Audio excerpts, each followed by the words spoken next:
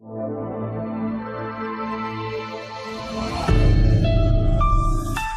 मेरे shining stars, कैसे हैं आप सब लोग। मुझे आशा है, अभी तो पूर्ण विश्वास है कि आप बिल्कुल ठीक होंगे, बहुत स्वस्थ होंगे, बहुत प्रसन्न होंगे, बड़ों का आदर करते होंगे, अच्छा खाना खाते होंगे, खूब खेलते होंगे और ढेर सारी पढ़ाई भी करते होंगे। तो एक बार फिर से आपका स्वागत है आपकी अपनी कक्षा 4 में। और आज हम करने जा रहे हैं वाणी श्रृंखला हमारा समाज और पर्यावरण से पाठ 6। पाठ 6, हाँ, जिसका शीर्षक है बच्चों, पाठ का नाम है भारत की जलवायु, क्लाइमेट ऑफ इंडिया। तो चलिए हम अपने देश की जलवायु के बारे में कुछ जानकारी प्राप्त करते हैं। किसके माध्यम से? अपने पाठ के माध्यम से। भारत विभिन्न भौतिक रूपों जैसे पर्वत, घाटी, पठार तथा मैदानों वाला एक विशाल देश है। भूमि के ये रूप किसी स्थान की जलवायु का निर्धारण करने में अहम भूमिका निभाते हैं। भारत के कुछ भागों जैसे असम में अत्यधिक वर्षा होती है, जबकि राजस्थान में बहुत कम वर्षा होती है तथा यह स्थान गर्म तथा सूखा रहता है। इसके अतिरिक्त अन्य स्थान जैसे हिमालय वर्ष भर ठंडा रहता है। जलवायु लोगों की भोजन की आदतों तथा वस्त्रों को प्रभावित करती है। लोग अपने क्षेत्र की जलवायु जिसमें वे रहते हैं के अनुसार अपने जीवन को व्यवस्थित करते हैं। जलवायु में ऋतुओं की विभिन्नता भी बहुत महत्वपूर्ण है, क्योंकि यह उस क्षेत्र के जंतुओं तथा पौधों को प्रभावित करती है।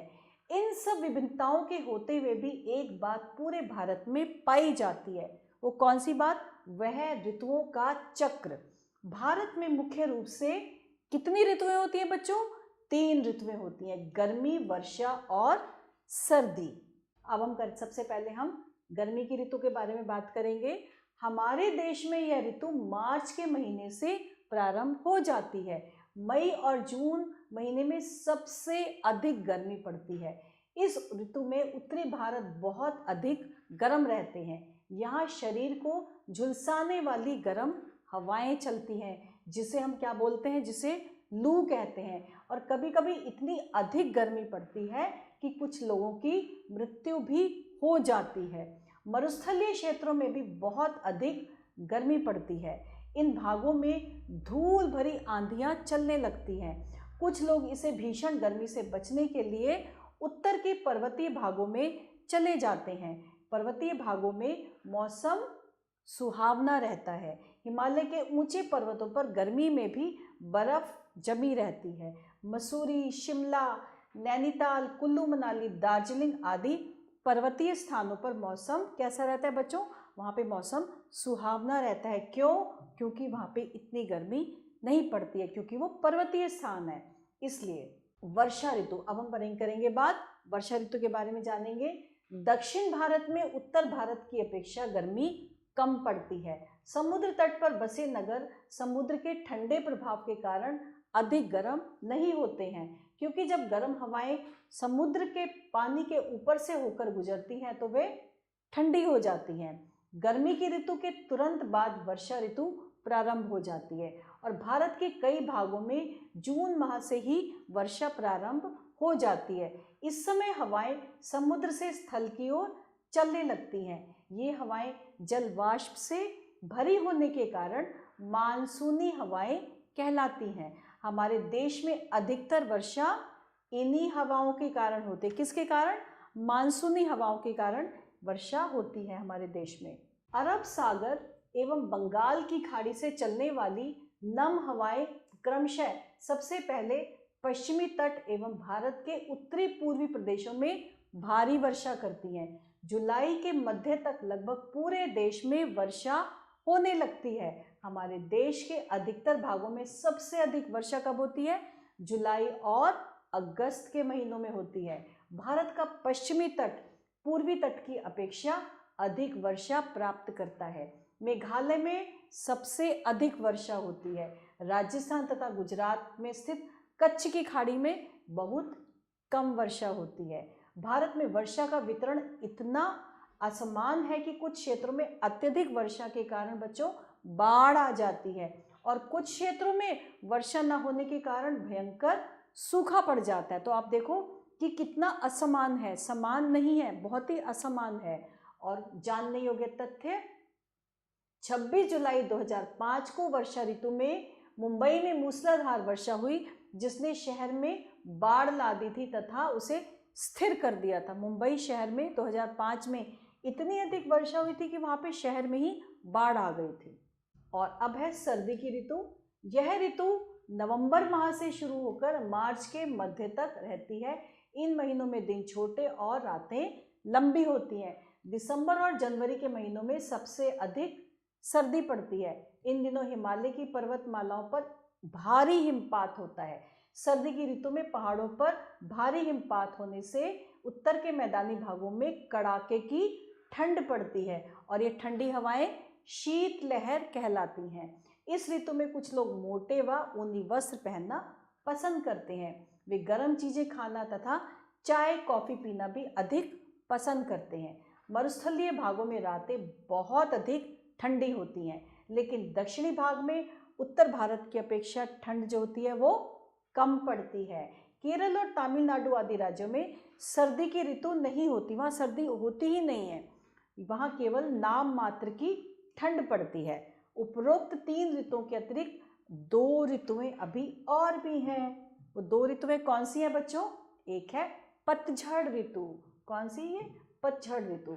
सितंबर माह के अंत में वर्षा ऋतु का अंत होने लगता है और पेड़ों के पत्ते पीले होने लगते हैं तथा गिरने लगते हैं और मौसम गर्मी से सर्दी में धीरे धीरे बदलता है। यह ऋतु पतझड़ ऋतु कहलाती है। इस ऋतु में फसलें पकने लगती हैं तथा किसान बहुत प्रसन्न होते हैं। यह ऋतु मानसून ऋतु का अंत तथा सर्दी की शुरुआत का प्रतीक है, यानी कि गर्मी जाने लगती है और सर्दी जो है उसकी शुरुआत होती है। तो ये कौन सी ऋतु कहलाती है? ये ऋतु कहलाती है पतझड़ ऋतु। और उसके बाद आ जाता है बसंत ऋतु। यह ऋतु सर्दियों के बाद तथा गर्मियों की ऋतु से पहले, मतलब सर्दियों के बाद और गर्मी से पहले कौन सी ऋतु आती है? बसंत ऋतु। ये पूरे वर्ष का सबसे सुहावना समय होता है। इसमें ना तो अधिक सर्दी होती है और ना अधिक गर्मी। यह वह समय होता है जिस समय में आप अपने गर्म कपड़े रख देते हैं तथा हल्के सूती वस्त्र पहनना शुरू कर देते हैं। पेड़ रंग बिरंगे फूलों से भरे होते हैं। लोग घर के बाहर मौसम का आनंद लेते हैं क्योंकि यह मौसम बहुत सुहावना होता है। अब इसके महत्वपूर्ण तथ्य, भारत में मुख्य रूप से कितनी ऋतुएं होती हैं? 3 ऋतु, गर्मी, वर्षा और सर्दी। मई और जून महीने के सबसे अधिक गर्मी वाले मौसम होते हैं, सबसे अधिक गर्मी पड़ती है। मरुस्थलीय क्षेत्रों में बहुत अधिक गर्मी पड़ती है। बसंत ऋतु सर्दियों के बाद तथा गर्मी की ऋतु से पहले आती है और पहाड़ों पर भारी हिमपात होने से उत्तर के मैदानी भागों में कड़ाके की ठंड पड़ती है।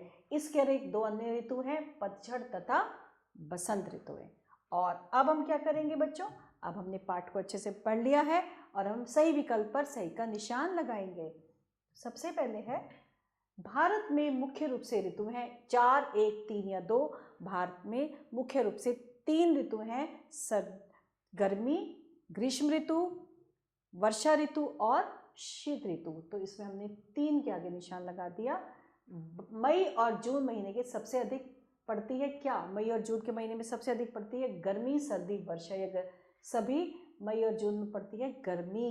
हिमालय के ऊंचे पर्वतों पर गर्मी में भी जमी रहती है क्या? धूल, मिट्टी, वायु, बर्फ जमी रहती है, बर्फ। सर्दी की ऋतु नहीं होती है कहाँ कहाँ? केरल में, तमिलनाडु में, इन दोनों में या कश्मीर में सर्दी की ऋतु नहीं होती है, केरल और तमिलनाडु या कि दोनों में। तो हमने यहाँ दोनों के आगे निशान लगा दिया। कौन सी ऋतु मानसून ऋतु का अंत तथा सर्दी की शुरुआत का प्रतीक है? पतझड़, बसंत, गर्मी या इसमें से कोई नहीं? इसमें से है बसंत ऋतु, सर्दी की शुरुआत। और असही वाक्यों के सामने हमें सही का चिन्ह लगाना है। भारत में मुख्य रूप से 4 ऋतुएं होती हैं। जी नहीं, भारत में मुख्य रूप से 3 ऋतुएं होती हैं। तो गलत।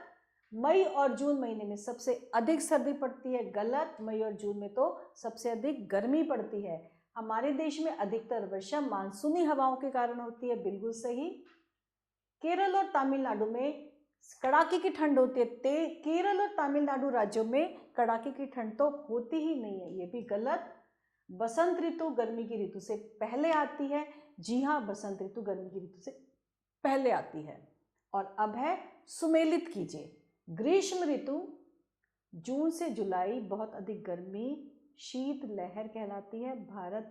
भारी हिमपात, सबसे अधिक वर्षा होती है मई से जून में।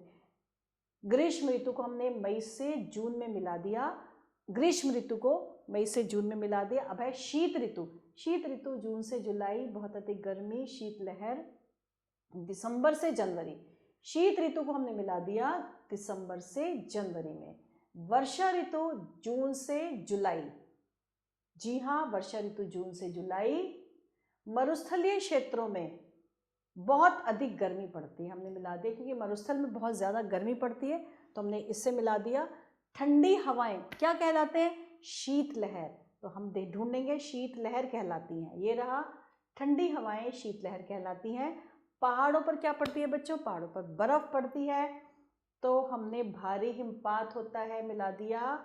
और मेघालय में सबसे अधिक वर्षा होती है, तो हमने इसको मिला दिया, सबसे अधिक वर्षा होती है। तो इस तरह हमने इसको सुमेलित कर दिया है, सही मेल मिला दिया है। और अब हम करने जा रहे हैं रिक्त स्थानों की पूर्ति कीजिए। अब हमें इस रिक्त स्थानों की पूर्ति करनी है। लोगों की भोजन की आदतों तथा वस्त्रों को प्रभावित करती है क्या चीज? जलवायु। जलवायु लोगों की भोजन की आदतों तथा वस्त्रों को प्रभावित करती है। भागों में मौसम सुहावना रहता है। कहाँ बच्चों? पर्वतीय भागों में मौसम सुहावना रहता है। भारत में उत्तर भारत की अपेक्षा दक्षिण की अपेक्षा गर्मी कम पड़ती है। कौन से भारत में? दक्षिण भारत में उत्तर भारत की अपेक्षा गर्मी कम पड़ती है। माह में सबसे अधिक सर्दी पड़ती है। कौन से?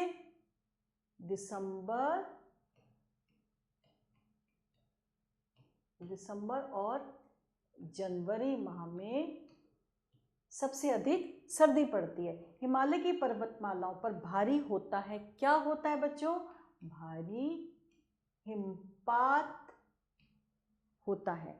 तो हमने अभी ये रिक्त स्थानों की पूर्ति करी। जलवायु लोगों की भोजन की आदतों तथा वस्त्रों को प्रभावित करती है। पर्वतीय भागों में मौसम सुहावना रहता है। दक्षिण भारत में उत्तर भारत की अपेक्षा गर्मी कम पड़ती है।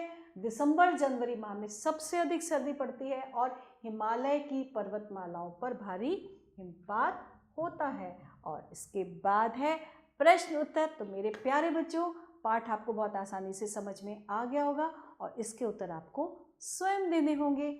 और इसके साथ ही हमारा ये पाठ समाप्त होता है। आभार।